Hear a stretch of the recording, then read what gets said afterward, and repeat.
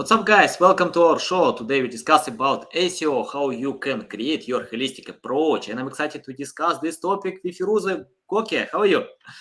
Thank you, Anatoly. I'm perfect, actually. I'm so excited to have this interview with you. Yeah, we are actually a family because we had two sessions. It's the the Yes. third session. So that's Yeah. great to yeah. Thank you for, making me as usual. Nice. Okay, before we start, just tell more about your self-experience, background, and yeah, I know why you like SEO, but tell our audience why SEO is your choice. Oh, yes. So I started my career as with a company that I've co-founded with my husband it was a web design company, and it was back in 2000s. Mhm. Then I started affiliate marketing, and I love affiliate marketing because it's again all about with the keywords. Um, and during that journey, we co-founded three different companies, and success, ups and downs. And over time, I enjoyed marketing the most. And right now, it seems like everything is about SEO because SEO kind of contains everything in it. If you do not take care of one item in that bucket, it really hurts you. So you really Mhm. need to understand what's going on, and all the marketing areas that SEO covers. So that's why Mhm. I love holistic approach because, and it also gives me uh, help me to put my perspective over the experience that I got. And yeah, this is a short story. I can say. Now I'm just helping companies to have their SEO strategies and implications. Nice. We have a sponsor today, Ahrefs, SEO tools and resources to grow your search traffic. By the way, can you tell? Do you know about this tool? Of course, that's my life. I must say. I'm so happy that Ahrefs is your sponsor, and I'm really using it every day in variety ways, and I'm really enjoying it. I don't know what would I do without Ahrefs. I sincerely, say it from my heart.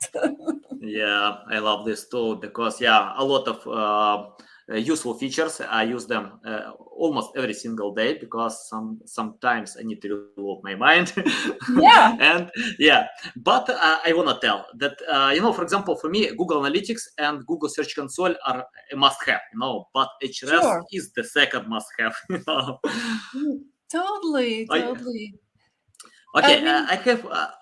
I want to start from the first question. How to find your holistic approach? For example, if you start from scratch, if someone creates a website and wanna jump on this field, where to start and what to do first? yes, I think my approach is always go to what the competitors are doing in the market. Whether you have a newly established business or you have already been in the market for such a long while, doesn't really matter. You really need to see what your competitors are doing so that it's a kind of an anchor point for me to make an understanding about what's going on in the market, who are their audiences, how they shape their branding strategy, and then how they created their content, of which social media channels they show their presence. And so of course, you also check out some of the parts, how they sort out the problems of authority building, the backlink profile, all that stuff come into Mhm. one bucket. And then I just after I have a general identification of what's going on, then I'll go start with the audience to understand really how my product or my client's product will sort out a problem for a specific persona so that I can Mhm. create real life and then understand what's going on there. Yeah, So I love it, know love it it. works because if you let me, I will just go on and on. Love it. Yeah. Okay, let's talk about choosing priorities. For example, we have a holistic approach that have many different methods. It's a complex mechanism. For example, link building, creating content, optimization, technical stuff. Many other directions, but can you tell how to choose priorities? For example, if you have limited resources, if I only have my two hands, I start from scratch, and I need to find the right way to go. I can't cover all of them, but how to choose priorities? Yeah, totally. I get you. With the competitor analysis, what I'm doing is, the keywords that they are covering. And if I got the big keyword list all from the competitors, and also do my keyword research, what are the other related ones or the matching keywords, all that stuff, which will really help me to understand. What is missing in the market, which areas are opening grounds for my product, and this way I can understand which keywords to go for and what type of problem I'm solving. And at that point, you just overlap these two items, then that's your strategy. You can't, because Mhm, you can't do all the big strategy pack for your sitemap. It is immense. And it's, mhm, when you see it that way, oh my God, what am I going to do? How am I going to do? So the best part is go for what is the market missing, even mhm, though the volume could be less, but still you gain ground at one point, which helps you to get recognized by Google and show your good work. And this will really help you to be seen more in the future, even you are adding products or items related, overlapping with your competitors. mhm. Doesn't really matter. It just, you should, as you say, start from one foot, go start what's missing in the market. Awesome, awesome, love it. Yeah, especially when I create any content strategy, I usually check out what is really missing, because we have a bunch of other high quality content online. If you type on Google any keyword, you can find Yes. Google lists a million results for any keyword idea. So it's better. Yeah, I love this approach when you are looking for ways what is missing out, where you can jump and add new content, some interesting ideas. And can you tell how to find what is missing out in the market? What tools to use, or a manual job? Provide more insights about that. Yes. So Ahref comes to picture, you Mhm, know, uh, on that part, because you can go and make a competitive analysis with the Ahrefs tool, and then so and you created related keywords from, again, Ahrefs or whatever tool you're using, even though you're using Google's keyword planner tool, which is free. Whatever you have, just look at the keyword difficulty level and the volume information. And when you're just a newbie in the market, just don't mind to go for the low volumes, I say, but go for the low volume and less, keyword difficulty ones, because those are allowing you opportunities. Of course, it's not a formula that will solve every problem, because this is mhm, a dynamic environment. And when you, even though you find low volume and less keyword difficulty keywords, when you Google them, you will see that sometimes Amazon was the first place, or Lowe's at the first place, some big guys, and then you just get intimidated. Oh, what am I gonna do? Just aim for the lower guys, not for the the first three or first five, but just try to gain position at six, 7, 10, and still, I know it's difficult. It's still difficult to get on the first 10, but you have to start somewhere. And just sometimes the conversation with your client gives you clues, because he's going to tell you where he is stuck Mhm. at one point, what is he intimidated, from his competitors. So you got the insights, and then you will use your hunch at the same time. I know that it's not very it doesn't sound scientific or very, it's a very emotional thing, but sometimes emotions are really in your periphery, because people make decisions with their emotions, not their reasoning. I've been reading a lot of stuff with, unconsciousness or consciousness, awareness, all the neurologic and psychologic type of books. And I know that I'm just a little bit nerdy in that. But all those, um, I mean, lessons that I got, all those books, is just sometimes you really need to use your hunch. Mhm. Yeah, awesome. Yeah, good approach. And by the way, I like when we have Amazon or Walmart or any other websites in the top 10, but when they have irrelevant content. That means Google doesn't know what to show. It's a big Yeah. chance when you can overcome them to create relevant content that people are looking for. And it's often when authoritative websites can get the top 10 positions because Google doesn't have a lot of choices. Yeah. Yes. So it's a good idea to jump on this field. Okay, let's talk about creating content. Can you provide more insights about that? Because I know even big businesses have struggled to create high quality content. And when I ask them what's going on, why you can't create this content, they reply to me, I have no experience with that. I need to compete in my field. I have fierce competition. I need to develop and innovate my products. But when creating content, it takes time how to do it. And I found it's hard to find responsible copywriters who can create high quality content.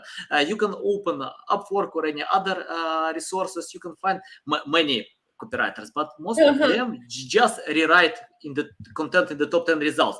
It's not related with researching, sharing something new, valuable. Can you tell from your experience how to find responsible copywriter who will create awesome and high quality content? Yes. So creative content covers a lot of fields. It could be an infographic, it could be a video, audio, even, it's podcasting, because that's what I love, and blog posts, guys, and there's a variety of those. And also you can create some really helpful widgets, like, mortgage rate calculator, or interest rate calculator, whatever. There are lots of things that you can create, but within the, you have limited resources, limited budget, limited people, but you have to overcome one of these, roadblocks, because otherwise, really, you're any other thing in a market, and you have no differentiation. If you don't have any differentiation in the content that you're delivering, in terms of creating value, it's really, unfortunately, you will lose in this game. So I know it's hard. I know it takes time, but a good keyword research really gives you lots of clues. And those clues will be translated in the type of content you're going to share. If everybody share a blog post, don't share a blog post. Just try to use, go search for Statista, for example, and have some statistics from your market, and share it with people in a, nice infographic post. And it's not difficult in a way, the design part, because there's Canva and there are other products, and they provide, some of them are, they have free plans. So you can do that. The only thing that you need to do is just to see what's not in the market as a content type, and then create that type of content so that you will, really get the benefits out of it. Okay, love it, love it. But what about finding a responsible copywriter who can write Hmm. this high quality context? Where to search, for these people? Yes. So I'm using a tool called Writers Access, Mhm, and in that, environment, you can reach out lots of writers. And mhm, the best part that I experiencing is you have uh, an account executive to, or account person. She or he reaches out to you and asks you some questions, what type of content you want to create, or what is the industry, and all that details. And she can, just she advised to go, rider A, rider B, rider C. And and also I heard and get a lot of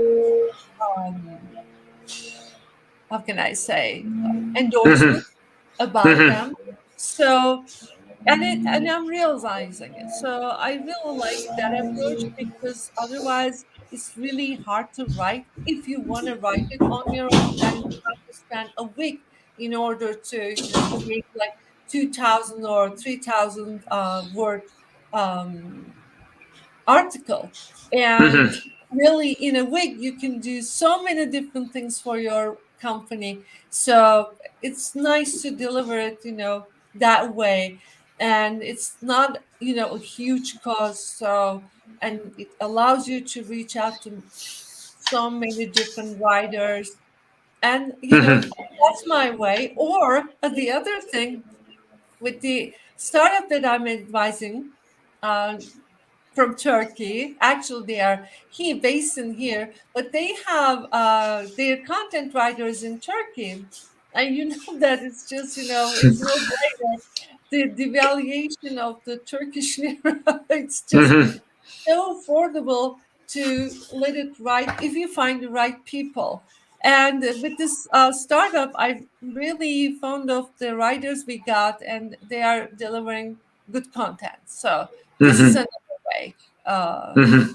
Yeah, go awesome. in started territories, because Indian writers or Pakistanis, they are all in the market. You can find Mhm. them in everywhere. But Turkey is not very exploited in that sense, so you can find good ones again. And I'm not Valuable. against, any Indian or Pakistani writers. They were all great. It's just sometimes you need to find the right person for yourself, as you know it, I guess. Hmm. Yeah, love it. By the way, I didn't tell you, but I love your background. I wanna use my hands, on your background to take these Oh, books, thank to you. read them. Thank Yeah, you. it's my I passion, love to art. read books. Oh, thank you. I love art, so I just have, all the books from museums, you name it. Mhm.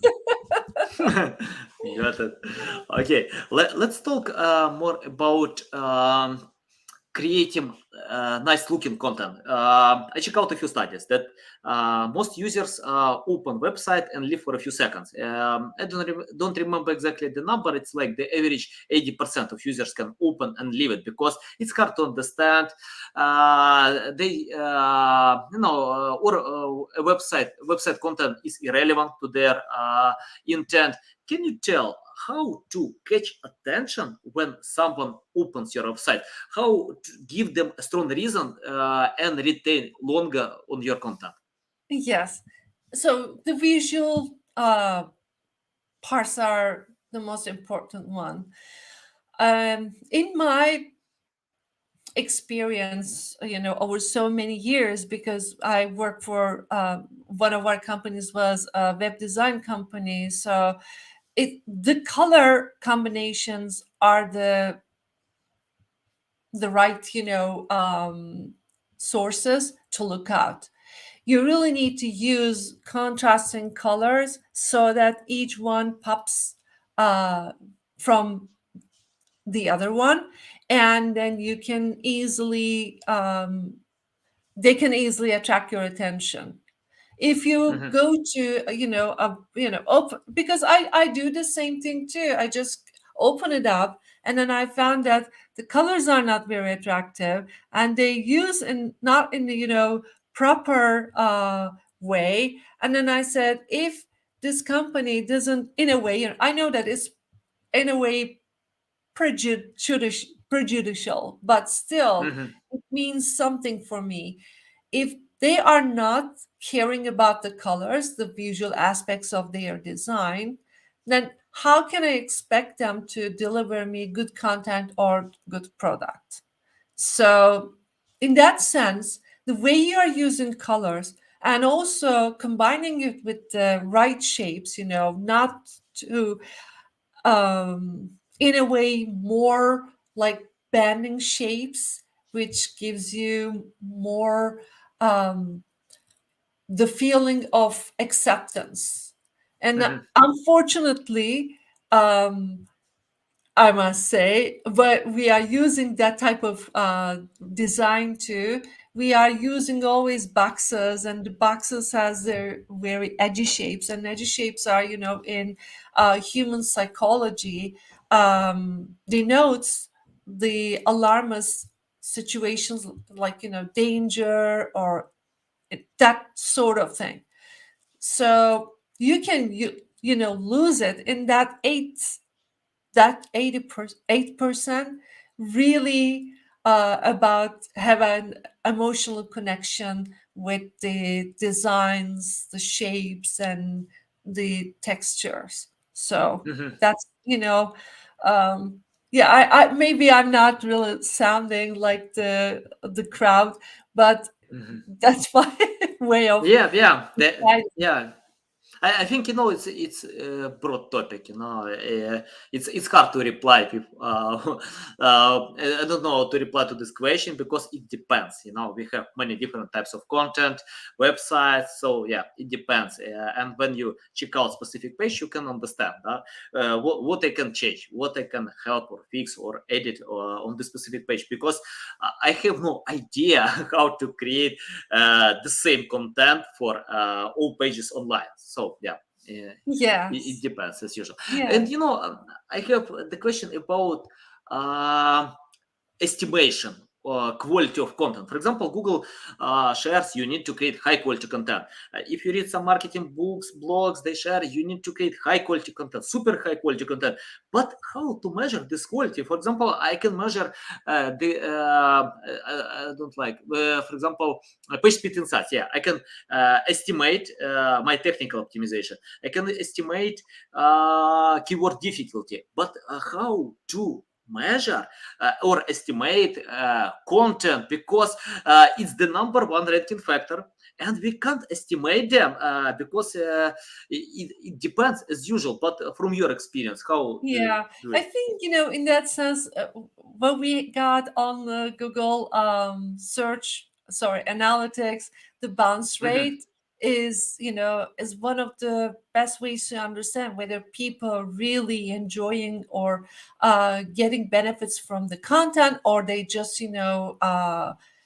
seeing it and just going somewhere else, just closing your page on the browser, or just leave it like that. So that's not a good thing. Bounce rate is one of the the factors that we can measure, and it's hard to put some emotional I don't know qualifications or quantifications to understand it. But the other tool, for example, Microsoft Clarity tool, just gives you a heat map, and if people staying on your website, you really want to know which parts of your site or page they are visiting. They are more yeah um concentrated on. So Mhm. then you understand that, hey, this part is good, but the other side of, let's say, the the opposite side is not getting very attention. So what's happening there is the colors, or are these the pictures, or what else happening? So it's a labor of love in a way, and it's difficult. But these are a few things that I can share. And the other thing is how much people share your content on social media environments or channels. This is another tool. But of course, I mean, it's not likes. Likes have no meaning, almost no meaning. The shares are the best part, of you can see, hey, my content is delivering value. I like it, and I do more of that kind of content. Yeah. By the way, it's interesting that bounce rate is contradictive metric. For example, if someone opens your website, they can get everything what they need to have and leave it. And you can get bounce rate. But you can get this bounce rate only in Google Universal Analytics, because in GA4, Google doesn't have this metric. And right I now, know.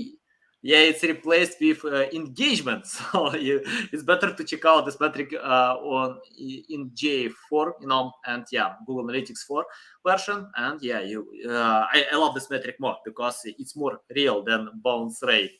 But Yeah, I yeah, go know. I ahead. mean, it's even it sounds very not very deep, but it's one of the factors, and I like that quantifier in a way. And this universal analytics, I'm a little bit hesitant about what we're gonna um, test it for, because that's Google's way. They just bring something into the market, they test it on us in a way. We are like rats, and then they find and that it's working or not. And in a way, you understand, because they're big and we are their lab. So and also they are serving for us too. So our feedbacks and our ways of dealing with what they deliver is important. Yeah, got it. Okay, let's talk about your loving SEO tools. Can you share a list of tools that you must have, and why? Just explain a little bit review of Yeah. any tools and why it's important to consider them. Yes. So Google Analytics, Google Search Console, Ahrefs, or any other keyword tool, and Screaming Frog. I, those are my to go, and I can't live without any one of them, because at the end of the day, you just make analysis with one tool, but then that analysis should be translated into, let's say, have an analysis from Ahrefs, and then I search the keywords, but then I want to know those keywords, who are the top 10 positions, who got the top 10 positions. So in order to do that, I like to use Screaming Frog. And then I got, go to Screaming Frog, because other than technical analysis done with Screaming Frog has almost, endless opportunities to help you to make other analysis. That's just one of my examples. It's just, you have the keywords and you know that they have low difficulty and high volume, but what else? So I have to translate the data to Screaming Frog so that it gives me what I'm missing with the other tools, or what I'm But missing in a much more easier way. okay, got it. Let's compare two metrics: UX and technical optimization versus. What do you think? For example, if I have only two hands, not more, and I can handle only one metric, UX or technical optimization, where to pay more attention? I'm sorry, Anatoly, the line was broken, so can you repeat it? I mean, like, Yes. for example, if we have a user experience and technical optimization, if you Uh-huh. can handle only one way, UX or technical optimization, which to choose? For example, from your experience, UX is Uh-huh. better or technical optimization? What do you think? Oh, that's a difficult question. Yeah. Yeah. Oh my God. So I think my part is user experience, and it's a biased, answer in a way because I come from web design part of the world when I first started. So I have a very deep relationship with user experience and design. And if you provide a nicely flowing web experience to your user with some valuable information and with nice colors which really blends with your branding, then you will keep them. And even though they Google, but I mean, at the end of the day, you really need to make it for Google too, because this is one equation for the users, and the other one is the big machine who was going to decide how many people will see it. So it's really hard. Anatoly, what's your take? Tell me. I'll Uh, just get some insight from you. yeah, it's hard question, but yeah, I definitely choose UX because I think without UX you can't get any results, even if you have the best technical optimization. But because users don't know about these technical errors, they don't know about that you have them. Yeah, of course they can feel it like low speed or some bugs, but how they can use content if it's not optimized with UX. Okay, I can get 100% with page speed insights, but if people don't understand content in the first stage, we need to satisfy Absolutely. people, Thank human. you. Yeah, and yeah, I agree with you. And but you know what I like in your reply, that you share that you're biased because coming from web designing, and I think it's a good idea to consider your strong sides. For example, if someone is good with technical optimization and it's your strong side, then jump there. Of course, it doesn't Yes, mean that you need to ignore UX. You need to do it, but it's better to consider your strong side. For example, creating content, link building, technical optimization. Just choose your strong sides. For example, I know some marketers are not good with SEO, but they get high results on LinkedIn, Instagram, YouTube, or any other platforms. Why they need to do it if they have these results from other marketing channels? It's their strong side. So I think any businesses need to find their strong sides, and after that, yeah, consider it. For example, so if you good with UX, just do it. Good with technical optimization, do it. If absolutely. it's Totally. my I cannot agree more because, Mhm, and this is a field that I feel comfortable, and and you need to really start with what you know, what is easy for you. And mhm, that's my, philosophy in anything, because when you achieve something simple, it gives you the understanding that, hey, I can do that. So then you can go for the, next phase, which is more difficult, but you have the courage that you have done it before. So I'm going to do it. So this is the same for as a life experience. It's just translated into different areas. yeah, got it. Okay, let's help another people. For example, I can divide my audience in two parts. The first part, they are website owners, companies that are looking for ways to get traffic, sales, results. The second part are students who want to jump on this field and help others to get traffic, sales, results. So let's help them. For example, if you start today, which way it's better to go according to your experience to learn more about SEO? Ha!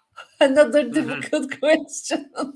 Oh, I think first of all, Podcasts Mhm. are a great way to learn SEO because in the podcast, everybody is very honest and open to sharing their experiences. And I know that podcasts are, you can listen something, let's say together. Today we're here and people listening, and tomorrow you can just listen. For example, Voices of Search podcast, which is my favorite, um, Benjamin Shapiro, and the next day you can just listen SEO Vault. I mean, another podcast. But when you do that, it's a kind of a practice that your brain absorbs the new field for you to, different terminology. At least you get used to what they are. Mhm. After you have some kind of understanding or affinity to the field, then go check out blog posts by, for example, Neil Patel, Brian Dean, and they also provide guides. So that's the beautiful part. They just share what they know on their guides, and almost all of them are free. And what else? HubSpots, um, Ahrefs, SEMrush, they all created their guides. Just go there, select one in which you're comfortable with or you like the most. Maybe SEMrush's, communication flows of each much easier for you to learn. So go check out and always listen and also read. So there are other resources like Search Engine Land, Search Engine Journal, um, tons of resources out there. But just Mhm. make yourself acquainted with the terminology and then start reading, and that's the way it is. Mhm. Love it. Love it. Yeah. By the way, Benjamin Shapiro spoke twice on my podcast, as you do. I know. Yes, I And love it. yeah, once I was on his podcast, Voices of Search. Yeah, love this podcast because yeah, he can invite awesome guests, to share all this experience with the audience. Absolutely. And I Yeah. want to give you what I get to know you from that podcast, Ah, from yeah. Benjamin's podcast. Nice. And then, that was amazing. I just said, oh my God, this guy is amazing. And then I just, uh, also that's my, way of communicating with or creating relationships. After I yeah. listen to podcast, and if I like it, I just go to that person's LinkedIn profile and just say, hey, let's say Anatoly, I Mhm. love the podcast and I love the the subject you cover, the topic, and I give some details to show that I really listened. It's not something shallow or just go and find a way to connect with Anatoly. No, I just give where I really like in the podcast. What did you say? And then just very succinctly write it down. And that's what I do. So Mhm. I did the same thing by writing to you on LinkedIn, and you Mhm. accepted my, invitation. So that's a great way to really get to know people and understand them and also appreciate. And whenever time comes, share it back with people, and that's amazing. I really love it, and I just I hope everybody can should do that to Mhm. learn. Yeah. Nice, nice. Yeah, I agree with that. I have the question about the future of SEO. What kind of future are you expecting when we know about new techs are coming for like metaverse, Web3? What do you think? SEO will be dead in one day, or we have a shiny future? And if someone wanna jump today, it's too late, or it's a good idea to find your place in this field. Yeah, I think it's never too late. And SEO, I wouldn't go anywhere SEO will be always in the game, because the information is exploding in an exponential level, and every day we have got new tools, free tools, helping us to create much quality content. So, and Google needs to keep up the game always, and also set the qualities and also standards for this game. And they're already been in this game for such a long while, so they have a lot of experience. And I know that sometimes what Google's doing is not very nice.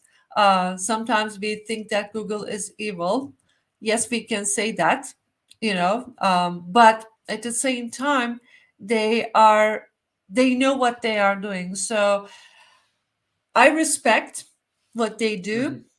And in that sense, I think in the next couple of years, I don't think that Meta will become a thing, because it has got lots of technical problems that they need to solve in terms of the power of our computers and the internet connection, broadband, and all that stuff. And also it's still so artificial for me. I can't really put myself into being a metaverse character and communicating with people as a cartoon character. Why did I do that? Because I have it video. I mean, why do I need to do that?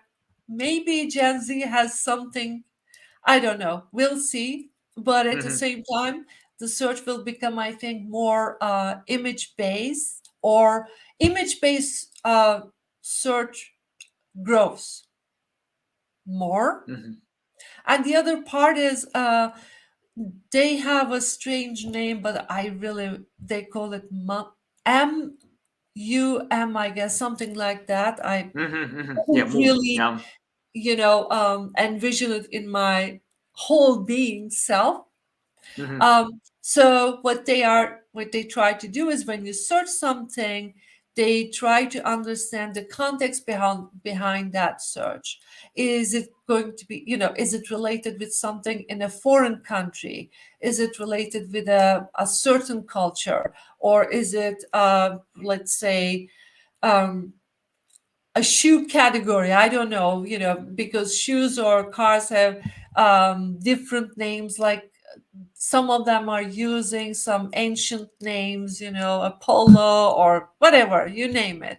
So when a person writes down Apollo, does he mean it's a historical place or history, or is it a product name? So Google is up for this.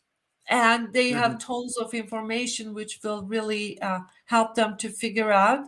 And also, in that sense, the passage optimization will become much more important, because now it's not only the page that Google is looking at, it's also different sections of it, which makes sense for a variety of search queries. Yeah, love it. Yeah, thanks a lot for your time, for all these insights. It's a big pleasure to see you second time. Welcome back anytime. Tell our audience how they can reach out to you, learn more about you, follow you. Thank you. Anybody can reach out me to LinkedIn. I welcome everybody. And I have been writing a blog, but right now I'm more in the project, so I could not update my blog. So whenever I started blogging again, I'll let you know. Thank you, Anatoly, for having me. It's a great pleasure. Okay, guys, you can find all links in the description below. Listen us on Apple, Google, Spotify. Thanks again for your time. Awesome, nice session. Great insights as usual. Okay, guys, thanks for listening and watching us.